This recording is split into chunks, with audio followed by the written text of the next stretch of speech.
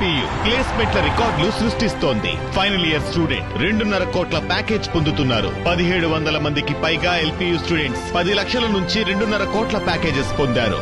విద్యా విప్లవం ప్రారంభమైంది లవ్లీ ప్రొఫెషనల్ యూనివర్సిటీలో. పులివెందుల్లో టీడీపీ కక్ష సాధింపు చర్యలు కొనసాగుతున్నాయి. వైఎస్ఆర్ విగ్రహం వద్ద టీడీపీ జెండాలు తొలగించారు అంటూ 3 మైనర్ బాలురు సహా 4గురిని అరెస్ట్ చేశారు. గతంలో తప్పుడు ఫిర్యాదుతో వైఎస్ఆర్సీపీ నేతలపై అక్రమ కేసులు నమోదు చేయగా ఇప్పుడు చిన్నారులను సైతం వదలడం లేదు టీడీపీ నేతలు. తమ పిల్లలు ఎక్కడ ఉన్నారో చెప్పాలి అంటూ పీఎస్ వద్ద బంధువులు ఆందోళన చేశారు. మైనర్లను కూడా చూడకుండా స్టేషన్లు మార్చి కొడుతూ ఉన్నారని ఆరోపిస్తున్నారు. అయితే మహానాడు పూర్తయిన వైఎస్ఆర్ విగ్రహాల వద్ద ఇంకా టీడీపీ జెండాలను తొలగించలేదు. మున్సిపల్ కమిషనర్ డీఎస్పీలకు ఫిర్యాదు చేసినా ఫలితం లేదంటున్నారు వైఎస్ఆర్సీపీ నేతలు. మేనమామి సార్ పిలుచుకుపోయింది వారికి మాది కనంపల్లె. వాడు ఇంటికాడు ఉన్నాడు నా కొడుకు. నేనైనా అన్నాను, ఎందుకు పిలుచుకుపోతున్నారో, ఏం కోసం పిలుచుకుపోతున్నావు అని చెప్పినాను.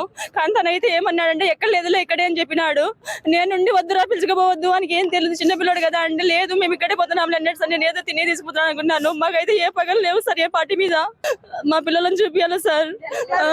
10th క్లాస్కి ఇప్పుడు పోతున్నాడు. 15 సంవత్సరాలు ఉన్నాయి బాబుకి ఇప్పుడు 15 సంవత్సరాలు ఉన్నాయి.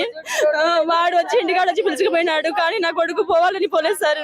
వాళ్ళే వచ్చి నాకు మా తమ్ముడు వచ్చి పిలుచుకుపోయినాడు సార్. అదే సార్ జరిగింది అక్కడ నుంచి మరి సాయంకాలం మేము ఫోన్ చేసినాము.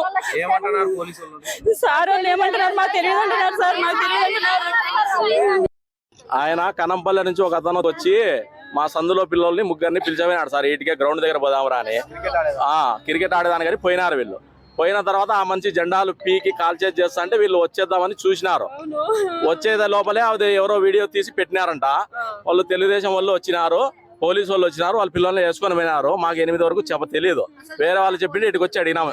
ఇక్కడ లేడు అక్కడ లేడు అని రాత్రి 12 వరకు ఇడే ఉన్నాం. మేము ఉన్న తర్వాత మాకు చూపిలే ఇప్పటి వరకు. కానీ ఇప్పుడు అడుగుతుంటే వాళ్ళు పోవడం తప్పు, వాళ్ళ మీద కేసు కట్టినాము, రిమాండ్ అవుతుంది, బెయిల్ పెట్టుకోండి, ఆధార్ కార్డులు జిరాక్స్ చేయండి అని చెప్తాడు సార్.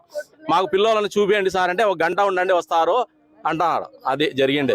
వీళ్ళు పిల్లోళ్ళు 14 సంవత్సరాల పిల్లోళ్ళు, వాళ్ళకేం తెలియదు. ఇప్పుడు వాడు చేసినాడు తప్పే, వాడిని ఏమైనా చేసుకోమనండి. వీళ్ళని పిలిచబోయి రాత్రి నుంచి చూపించకుండా కొట్టాల్సినంత వీళ్ళేమో మర్డర్లు చేసినారా ఏమన్నా?